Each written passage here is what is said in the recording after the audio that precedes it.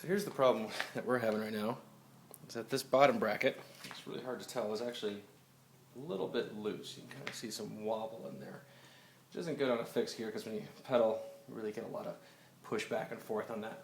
So we're going to rebuild the bottom bracket. This is about a 30-year-old bottom bracket, so it's a little bit different than a newer bottom bracket where you just replace it.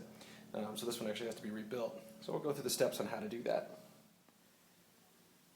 Okay, the first thing you're going to want to do, and I can't stress this enough, is you want to pull the back tire.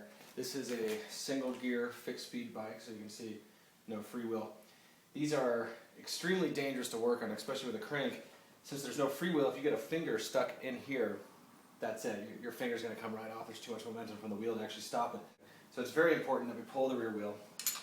We're just going to do that. Anybody that has a single speed or a fixed gear bike knows that this is something you end up doing quite a bit, so it's pretty easy. But I'm going to loosen up the rear bolts here. So for those of you that don't know, this is pretty simple to do. So we just loosen the nut. We're going to bring the wheel up and out. What I do is get these crank arms off. This does require a special tool. Needs a crank puller. A couple different versions of these. You can find these just about any bike shop, but some will be just kind of this section right here at the top with a wrench, so you can use your own socket set. Others will be this whole handle deal. I think this cost me about $11.95 at my local bike shop. You can find them online for about $8. But incredibly important because no matter how much you hit this or slam at it, it will not come off. So you do need this tool before you proceed. Go ahead and take out the nut or the bolt that's inside the crank arm here. Cranks are a little bit different. Some you'll find are just a nut in there. Others will be a bolt, the stem and the threads and everything. This particular one is just a nut. This crank takes a 14mm socket. A lot of them are about the same, so it's a good place to start. If it's too small, go to the next one up. Fairly simple. So now that we have that out, you'll see it's basically just as tight. You could probably ride a bike actually with that nut missing. So we need to get this off. And again, don't get out a crowbar, don't take a piece of wood and a hammer and try to bang this off. It won't come off. You're just going to end up bending your crank and damaging your bottom bracket. So it's real important that you do have this tool that we talked about. This is real simple. We're going to thread this all the way out to the end. And first thread it in to the center here. These are all standard right-hand threads, so just like any nut bolt you're used to, it's going to go in the same way. Now we're going to start turning in the wrench here. Again, there's a version of this that has this portion without the handle, and you just use a standard socket. Those are actually kind of nice. Little easier to use when you have a crank that's less than 170 like this one. You can see I'm almost about to hit the pedals. This one you might have to remove the pedals if you were to use, so a lot of times that one that uses the crescent is a little easier. So now we're nice and tight. That means we're at the point where we're going to start pulling this crank. So it takes a little bit of effort, just a couple turns. Now it's nice and loose. It's actually ready to pull off. So just get that all the way in there. And very simple. So the crank is off on that side. We're going to go and pull the other side, which is identical to the first side, the only difference being that there's a cog ring there. So don't need to worry about that. I'm not going to bother showing you. It's just when you come back, you're going to see there's no cranks down. Okay, first I want to talk about the bottom bracket itself. This is a square taper bottom bracket with the threads on it. Others will have it where the thread's actually inside, so you'd use a bolt to hold the crank on rather than a nut like this one. So if you have that, don't worry. It's not all that different. Things to know that once we get this off, you'll see that there are two sides to this bottom bracket, the spindle in the middle, that this side is considerably longer, this side over here that would have the cog on it, while this side is shorter. You just need to keep that in mind. You don't want to accidentally put this in backwards, your chain ring would end up hitting. So first thing we're going to do is we're going to pull off this lock ring here. Now, I have a special tool that does that. You can see it's just a nice little hook. You can use a pipe wrench. It'll mar it up. It won't come out clean, but it will work. So just going to give out a little bit of pressure. It loosens up. Very simple. It only takes about a quarter turn to get it loose, and then it should be finger tight from there. If it's an older bike, you might have to spin it a few times if there's rust and things like that in there. But we'll get that all the way out. Again, you could use a pipe wrench, a larger pipe wrench, and that would also take it off. So go ahead and take that all the way out. We'll set that off to the side. And then we have the interior here. This, for the most part, should spin fairly easily. If you do need to get out a wrench, it's a larger wrench, so you might want to use your adjustable wrench. I found that usually these just free spin right on out. So this is standard threading, lefty loosey, righty tighty. Take that all the way out.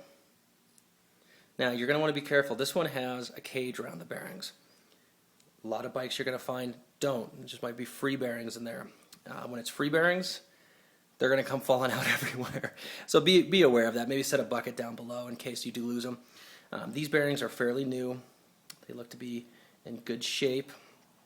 But what we're doing today is we're going to put in extra bearings. There's only 9 bearings here in a cage. I personally don't like this very much. What we're going to change out to is 11 individual balls. So set these off to the side. At this point, your spindle is going to come straight out. It's real simple. You'll see we've got the little jacket there. This prevents water from the tubes coming down into the bottom bracket. Keep in mind that these, the bottom bracket is not sealed. If these pipes were sealed, they would rust from the inside out. So they do need to breathe from side to side. So there is a hole that you'll see that goes into them. So if you get water down your seat tube, it's going to come right into your bottom bracket. So definitely an important piece, this little rubber deal or plastic deal here. So we'll take that off. Deep down inside, you saw me reach in there and pull these out. The other bearings are inside there. You can just reach them and grab them with a finger. You can always take a finger and stick it back into the hole on the other side, and it helps to push it through. We're just going to clean the bottom bracket. Get a lot of that old grease out of there. And it's important that we get all the way down to the other side. All right, the next step we have here is our cup that we took out of the first side. Just a few seconds ago on that last step. So we want to make sure this is clean. Anytime you're going to pull your bike apart, just re-grease the thing. Don't use old grease. So we want to look in there and make sure there's no dents, pivots, anything like that. Actually looks fairly smooth. I like if I see any rust on the outside just to throw it on the fine grinder wheel and with a wire brush on there, or just take a wire brush in the sink and just get it nice and clean. Again, you're taking everything apart, so it doesn't hurt to do that. Okay, now we're going to get into the meat of doing this. And this is, the fun part. So we have our cup here. We have our axle. You'll notice one side is longer than the other. This side is noticeably longer than this side. This is going to be our crank side. And remember, our crank side is our fixed cup that's inside there. So we're going to actually be inserting that down into the bike. We have our cup here. We're going to take some of our grease. Just go to your local bike shop, pick some of this up. It's not very expensive. This whole tube was maybe $6. So we're just going to squirt a little all the way around. Kind of see it inside. We're going to kind of smooth it out. We don't want to take too much away. We want it to stay sticky. That's the important part, because that's what we're going to be sticking our bearings into. So we have our tray of our separated out bearings here. And I think this is actually really important to do. Make sure you have these split out and ready to go. You don't want to be sitting there trying to count, see if one's going to fit. Just know that 11 go in.